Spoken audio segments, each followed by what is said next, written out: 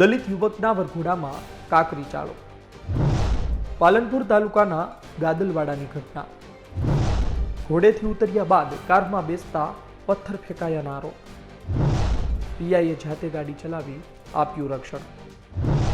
ગુજરાતમાં ફરી એક વખત દલિત યુવકના વરઘોડામાં કાકરી ચાળાના સમાચાર સામે આવ્યા છે। તારીખ 6 ફેબ્રુઆરી 2025ની બનાસકાંઠા જિલ્લાના પાલનપુર તાલુકાના ગાદલવાડા ગામની આ ઘટના છે।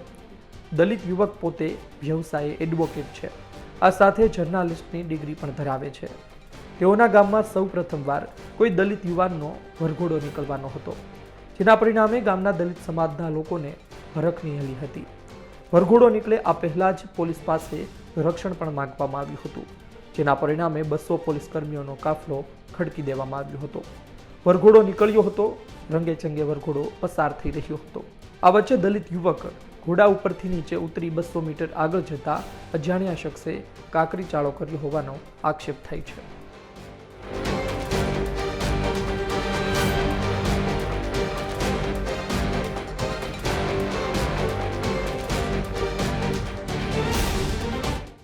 ગઢ પીઆઈ કેમ વસાવા ત્યાં દોડી આવ્યા હતા, જેમણે જાતે જ કાર ચલાવી હતી।